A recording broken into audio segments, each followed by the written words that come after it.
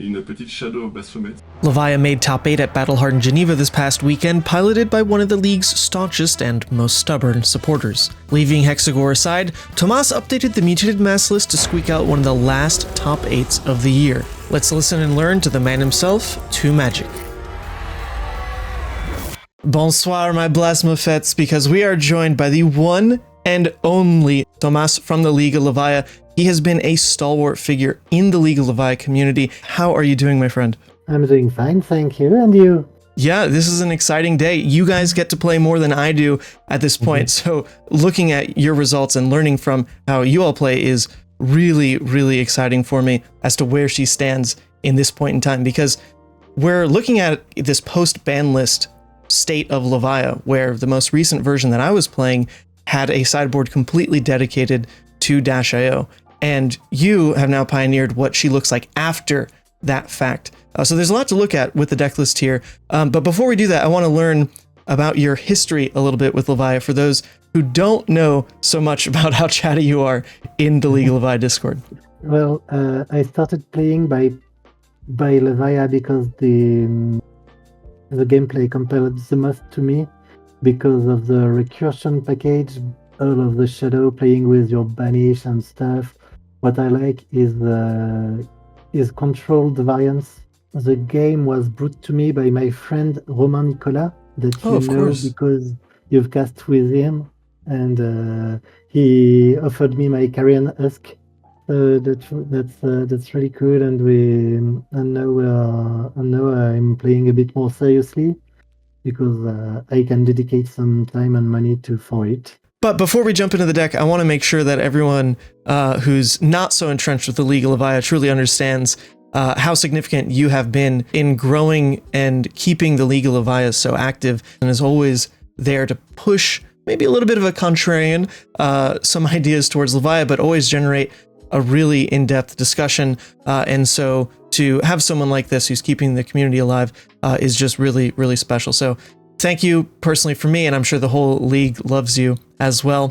With that, for those who aren't here for the League of Levia Love Fest going on, we do have a deck list to look at, and this is the deck you took to top 8 at Battle Hardened Geneva. This was super recent. I mean, this was last weekend, and there aren't that many other CC events going forward through the end of the year. There's really only Calling Kuala Lumpur. So this is one of the last iterations of Levia we're going to get to see for Classic Constructed this year. And from looking at it at this like top-down level, it is very similar to the Mutated mass type of core that was popping up towards the end of the ProQuest season, which of course has become my absolute favorite way to play Levia. But there's some fun history about this card, and that is you alone pretty much have been the person claiming that Mutated mass is this all-star recursion piece before it became more normalized in Levia. So before we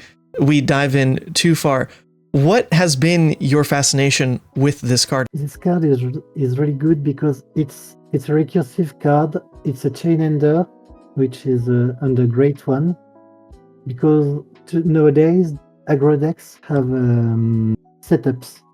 They can set up pretty well. You look at Viserai can just go, oh, I'm gonna do a bunch of Frenchman, Arsenal, pass, and then I'm gonna shoot you with my million Frenchman and Arcane damages. You have Aura that can set up. So, and Levia is a character that needs setup too, because she needs some cards in her graveyard to be able to play her hands. But she didn't have as strong of a setup as those two. Enigma also has a setup. Everybody has a setup, and Levia lacks a bit in this regard. And Mutated Mass is a cool setup card because you can fetch it and recur it, and it can come from 6 to 8, and that's just devastating for your opponent. What would you say its overall game plan is in your words? Are you more the aggressor? Are you strictly playing to setup? Are you any bit of mid-range? How do you play this deck? It depends on my matchup. My favorite version of the deck is the version with Call from Beyond and Shadow of Blasphemous, Oh yes. because you have time to play your deck, play to your outs, play your recursion package, and recycle, put a lot of pressure on your opponent. It's where Levia shines really much. Otherwise, it's a duel of aggro, and you gotta go fast. It's just the fastest decks that win, and it's less skill based but more luck based, and I think it's a shame because other aggressive decks are more reliable, are more have less variance. Because if you go like, okay, he's attacking me for a lot, so I'm keeping my hand, I'm gonna go wild ride, and then your wild ride whiff, and you're like, sure, so I'm going to propose a 2-card 6, a 4-card 6, and yeah. So my opponent just doesn't block and goes back at me for 21. Oh.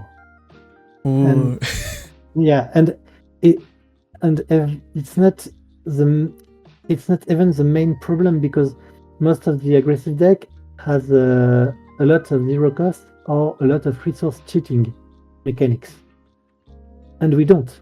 We need to play some cards that cost 1, 2, 3. So we did blues. We need a lot of blues, which make our deck less a bit. It's less reliably aggressive, right? Like, exactly. You can either draw the all blues and then your damage falls off, or you draw the all reds and you just cannot play them.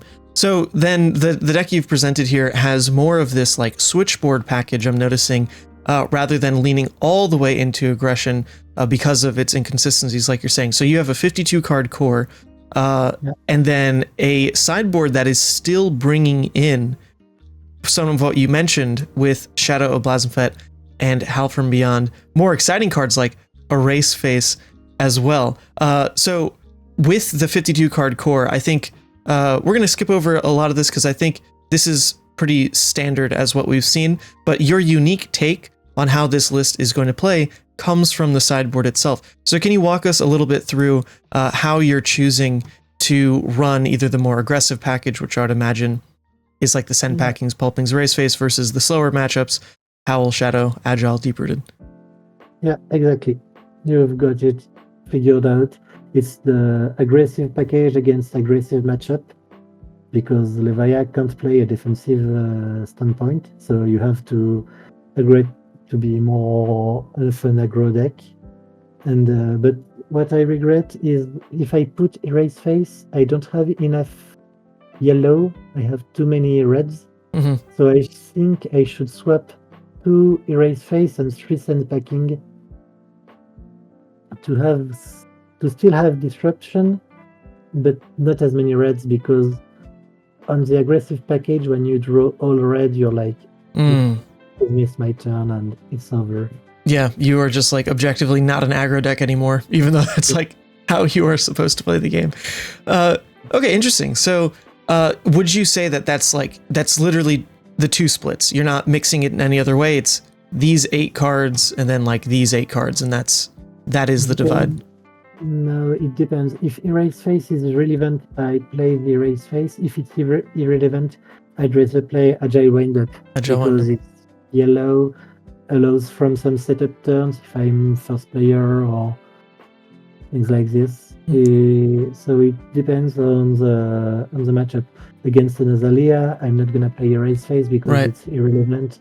But against Viserai or Aurora, I can play Erase Face. So would you say Erase Face, right? It's taking a slot over something like Command and Conquer, this more generically relevant 2 for 6, and it even shores up a little bit what you said just then. Azalea has nothing to care when it comes to Erase Face, but CNC she would, and in theory, any aggro deck should care about CNC. Are you choosing Erase Face for because it's a little bit more targeted towards the bad matchups, Viserai, Aurora, or what's the choice there? Totally, it's a meta game choice. Oh, I like it. This is a lot to think about actually going into this weekend, because the one main factor for me that I have no experience into right now, but I think your deck building choices are leading me a certain way, is into Jarl, right? This new hero in the metagame right now. He's the kind of deck that demands the other half of this sideboard, which is to lean into the Howl from Beyond, lean into the deep-rooted evil. Are there any other matchups where you think that's like a main concern, or is it really just the threat of Jarl right now? No, Shadow of Blasphemous is good for Enigma matchup too. Yep. All the matchups that are slower, Enigma, Florian, every control deck, even Victor, it can be useful to play the Shadow of Blasphemous version because the game goes longer. The longer the game goes, the longer the more the Howl from Beyond is relevant and those sorts of things. But there is another huge difference in how you've always talked about Levia and then put Levia to the test in this list itself, and that is you are a staunch Hooves of the Shadow Beast truther over Scabskin Leathers, but you actually do have both in the deck list here. So what is the difference maker in wanting to run Hooves? Oh, Hooves is for aggressive matchups, and Scabskin for more control one. So how often do you think you rolled in your top 8 run? I rolled 3 times the same game. 3 times this? Okay. Wow, that's actually an interesting stat point. When you have to roll it, it's because of a certain matchup, because of a certain position you're in, and you just do it again and again. I completely agree. Yeah, it's just my get out of jail for free card. Okay, so then after playing this event, getting all the way to top 8, what would you change about this list moving forward? You mentioned the erase face, but as someone who is truly eager to hear from more seasoned pilots, I'm playing at PAX this next weekend. I'm probably running a deck very similar to that Mutated Mascore. Would you stand by pretty much everything as the deck is now, other than that erase face? Is there something else you'd want to change? Maybe change the Mutated Mass for... You can change it for like Chains of Mephitis to block the draw on Viserai and Aurora. We started the deck tech talking about Mutated Mass, and now the last thing you're saying is maybe take it out. No, not maybe take it out, but it's a matter of personal preference. Okay. I think I'd keep it, but I'd like to test the Chains of Mephitis version because there's a lot of draw in the meta. Okay, interesting. So then a little bit to work on. How do you think the deck lines up into the metagame as it stands though now with what you saw at Geneva, with like Jarl existing, with Dash.io not being the best? Where would you actually rank Levia as a deck right now, beyond just personal bias? A bit below the top decks. I mean, the control matchup are winnable, but the aggro matchups are like 50-50. Yeah. But since they are more reliable than you, depending on how the deck goes, you can just obliterate them to oblivion, but you can get obliterated the same way because they high roll you or whatever. Yeah, I would say the aggro matchups are less about anything they're doing and more how much does your deck cooperate. Because at the end of the day, there's almost no interaction going on. Their decks are going to be a lot more consistent in the draw. Their damage is going to be a lot more consistent. Yours can be better. It's just, does it line up that way? And that's, at the end of the day, always a coin flip. There's not much to control there other than very specific, flesh bag turns that you can maneuver, lining up disruption on a flip turn. Like, there's small points to be made, but generally I would completely agree that the aggro matchups are always just going to flip that coin. But what I want to hear from you is the run itself at Battle Hardened Geneva. You made it all the way to top 8. How did the run itself end up going for you? I made to top 8, so yes, obviously it was good. First round was against Jarl, the tradie. It's an interesting matchup, I think. So, but my Jarl was not a really skilled player, or not yet. Not yet, at least, not yet. It's a journey for everybody, right? Yeah. Second matchup was against Azalea. She wins the toss. Send me Red in the Ledger Dominate. First on turn 0. Yeah, with Seek and Destroy, otherwise it's not funny. But they have no arsenal, so I'm taking the mages, just sending a swing big. Then the hand is breaking. They have no arrow to throw at me, so I'm like, okay, Blood Rush below, the usual stuff. So they go from 32 to 11. Third game is against a local of mine, a Viserai player. My hands were not lining up great. I had full blues with lots of non-6s, so I had to block with those, but so I filled my graveyard with lots of misses, and I was like, oh no, what can I do? Would be an error, so I waited for a double Blood Rush Below play. I had a triple one, but I missed 1 resources, otherwise my turn would have been 44 damages. It was only 32, so Dang. he could survive at 11 while I was at 7. He had, yeah, and then he could pressure me, and I couldn't block. Fourth round was against an Enigma. What happened? Yeah, she was pretty aggressive, so I took a bunch of damages, but I just took time to set up my. He didn't build any board, so I wasn't too worried. I just took time to set up Hole from Beyond, Deeproot. I had to transform, I think. Yeah, I transformed and ended him because he was too low and couldn't manage Blasphemous. Fifth round, I faced a new who didn't know the matchup well. I played a value game, then I transformed and ended him because I could. I actually transformed with Husk and Scowling Up. Oh, that's huge. Yeah. I had some luck because he didn't clear my Blasphemous on board. Yeah, he Whoa. left the Blasphemous alive. You know what it is? You were buffed by the new token. He saw Yeah. the Santa Blasmo and was so it reminded him of fond childhood Christmas memories, so he didn't want to kill it. That's how you get him. No, he was. Then round 6 was the most interesting game I played all day against new Conjure Blessings new. Oh, wow. I don't know why he left the Conjure Blessings against Levia, but good for me because it saved me. Actually, I had no graveyard fill. Literally, no graveyard fill. No Shadow of Blasphemous, no Wild Ride, no Call to the Grave, nothing. Oh, no. jeez. Yeah. He took my Blood Rush Below from my hand. I had nothing. The game started.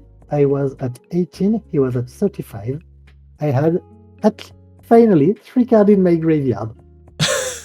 Oh my god. That reminds me of the days of wanting to run mini me decks for like this exact reason into new. But then I managed to swing back tempo with Shadow Realm into Shadow Realm into Doomsday. It was a pretty big turn, yeah. It was pretty insane. He had to block, then he had to commit his whole hand to clear the Blasphemous because he only has dagger attack for 4. Mm-hmm. So I got back the tempo. I managed to play some hands, and then I didn't let go of the tempo because I had too many. I had big turns. I had full hands into new, so she could only defend. Mm-hmm. It presented a bit of disruption, and then had a full Conjure Blessing hand. So he had to play those, couldn't disrupt me again, so giving me back the tempo. Then I had to a non-banishing hand, so I get to transform, but he was at around 4 or 5 health with only one Conjure Blessing left in his deck. So I played with my banish, but we went to time, and then he didn't concede because he was top 100 Elo Web, and he wanted to enter the top 50, and he didn't expect to cross with such an Elo terrorist as myself because I spent 2 competitive seasons playing Hexagore and losing a bunch of Elo. So last round was against Aurora, and I just blasted him to oblivion. Yeah, he left. He left me the first player, so I was like, okay, I'm just gonna play my Smashback Hailhorn, Arsenal Blood Rush Below. Yeah, do whatever you want during your turn. I won't care.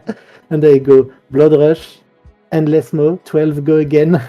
Low, 5 go again, swing big, 10. Okay, nice. That's a 27 turn. Yeah.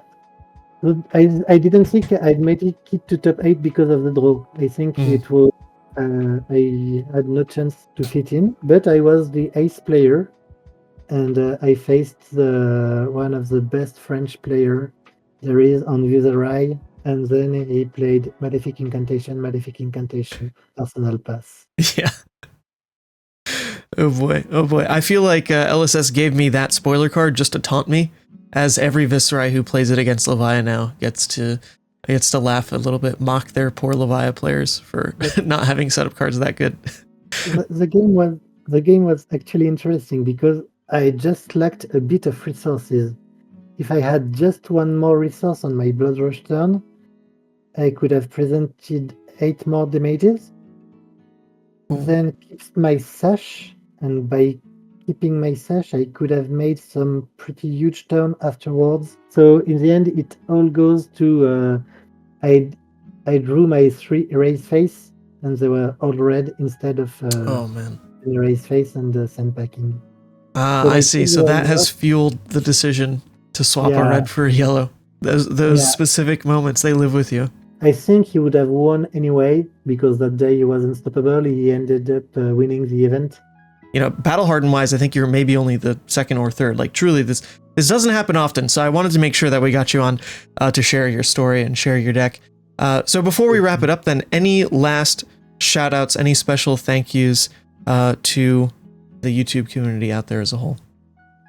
Yeah, I'd like to thank you, all the French content creators, because they do marvels for the game itself. To all the YouTube content creators, obviously, but especially the French one for, patriotic reasons. Yeah. Especially to my dear friend Roman Nicolas, who's with I've played games for more than 10 years now, and it's always cool to play with him and to the whole Flesh and Blood community, because there are so many nice people in there. It's just heartwarming and really cool to have it this way. Awesome. Well, like I said in the beginning, we owe you a lot, Tomas, for keeping the community alive. Thank you to everybody, and we'll see you in the next one. Bye.